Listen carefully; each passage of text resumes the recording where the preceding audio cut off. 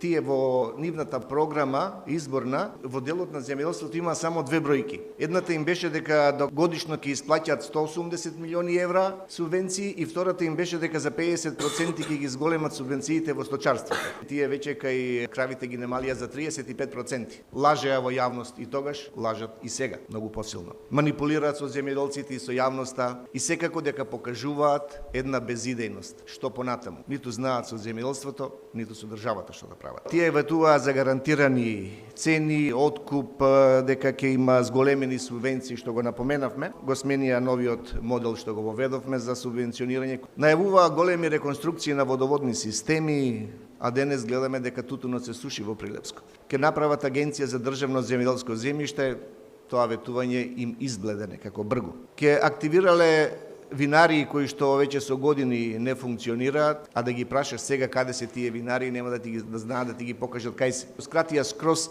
целосно субвенции во делот на лозарството. Не им кажаа ни на оризарите во Кочани дека ситниот ориз, дека ќе ги укинат субвенциите. Прва година и тоа го направија. Растот на цените се обидува да го прикажат како раст на производство. Они се далеко од реалноста и за нив најдобро е лажење, манипулација и безидејност.